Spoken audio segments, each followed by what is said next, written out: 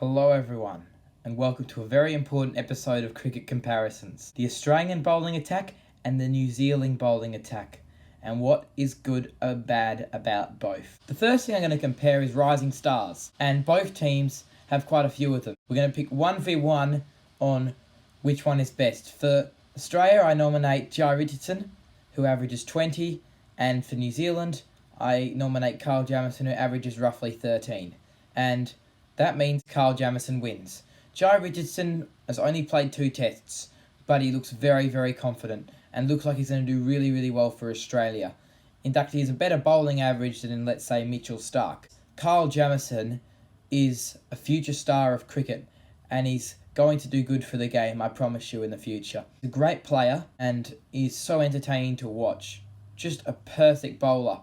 And what New Zealand missed out when they toured Australia was bringing Kyle Jamieson to the attack. He's this tall, fast bowler that can really run in and knock people over quickly. It is very hard to compare the entirety of 2 bowling attacks, but when you break it down and put some sort of system to calculate it, then it's pretty easy to find out.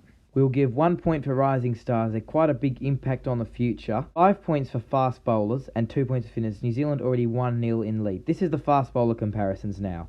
Starc, Hazlewood, Cummins, Pattinson and Green versus Wagner, Salvey, Bolt, Henry and de Grandhomme. And it's hard to say who is best. So the first one I'll compare is Mitchell Starc and Trent Bolt. Mitchell Starc averages 27.6 in Test cricket with 255 Test wickets, and he's historically known to bowl quite full deliveries. Also, someone else who does that, Trent Bolt. So we'll compare the two, and I select the winner as Mitchell Starc because he averages slightly less, but the economy is better from Bolt. I'm going to give 4 points to New Zealand and 1 point to Australia in the fast bowler battle. I feel like New Zealand have a lot more depth in their fast bowling unit. If you look at those averages, it's pretty good. Matt Henry's a bit poor as such, but the rest of them are pretty good.